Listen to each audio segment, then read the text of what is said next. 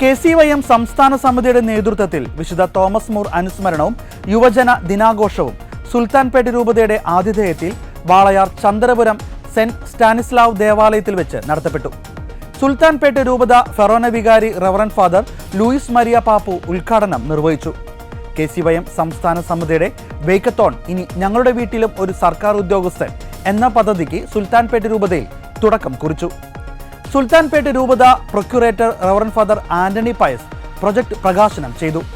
യുവജനങ്ങളുടെ ഇടയിൽ ഗവൺമെന്റ് ജോലി സാധ്യത കൂട്ടുക എന്ന ലക്ഷ്യത്തോടുകൂടി വരാന്ത റേസ്, വരാന്ത ടാലന്റ് അക്കാദമി എന്നിവരോട് ചേർന്ന് 32 രൂപതകളിലെയും യുവജനങ്ങൾക്കായി സൗജന്യ PSC SSC പരിശീലനം നൽകുന്നു. KCYM സംസ്ഥാന സമിതി സംഘടിപ്പിച്ച വാക്കത്തോണിൽ veranda race academic head Arun Jackson project വിശദീകരണം നടത്തി. യോഗത്തിൽ സംസ്ഥാന പ്രസിഡന്റ് MJ ഇമാനുവൽ അധ്യക്ഷത വഹിച്ചു.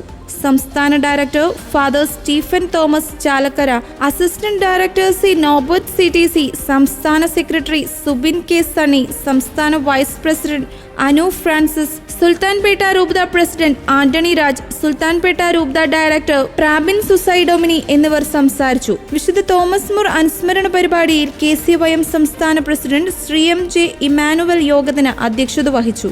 KCYM സംസ്ഥാന director father Stephen Thomas Chalakkara ആമുഖ പ്രഭാഷണം നടത്തി.